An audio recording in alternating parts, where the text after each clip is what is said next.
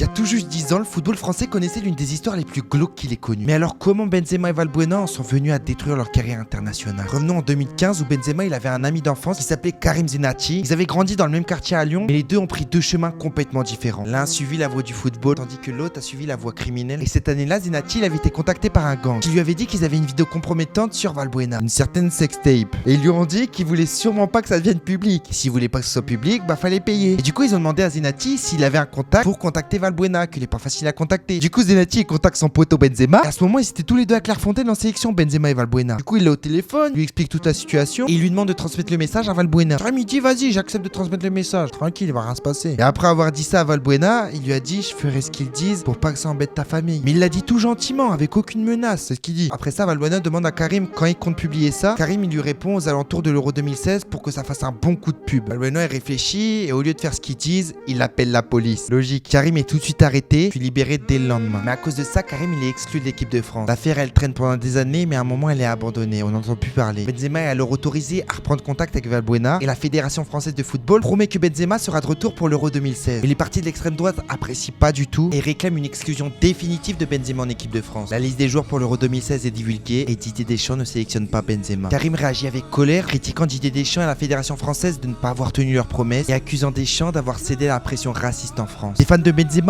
vandalisent la maison de Deschamps, écrivant des messages sur son mur pour ce qu'il avait fait. Après ça, Deschamps a réagi en disant qu'il y avait une limite qui avait été franchie et qu'il n'y avait probablement pas de retour en arrière. Et c'est là que la Fédération française de football déclare que Karim Benzema et l'équipe de France c'est terminé. Karim Benzema avait répondu avec un tweet: laissez-moi jouer dans un autre pays et je vous montrerai si je suis fini. Même si Benzema n'est pas sélectionné en équipe de France, avec le Real Madrid, il gagne tout. C'est un titulaire indiscutable au Real et il en profite même pour faire des petits pics à Giroud. Est-ce que tu penses que Giroud, est-ce qu'il a le potentiel pour être titulaire à ta place? Je vais répondre à toi et à tous ceux qui regardent. On ne confond pas la F1 et le karting. Et je suis gentil. Mais malgré tout, après 5 ans d'exclusion en équipe de France, Benzema is back parce qu'il est rappelé pour l'Euro 2020, ce qui fait le bonheur pour tous les supporters français. Parce que même s'il est reconnu coupable dans l'affaire Valbuena, son talent est beaucoup trop grand pour être ignoré. Malheureusement pour son retour, la France est éliminée en 8ème de finale et après ça, Karim Benzema prend sa retraite internationale. Toujours avec plein de mystères, on sait pas pourquoi. On le saura peut-être dans le futur. Et cette retraite internationale ne l'a pas empêché à gagner le Ballon d'Or 2022.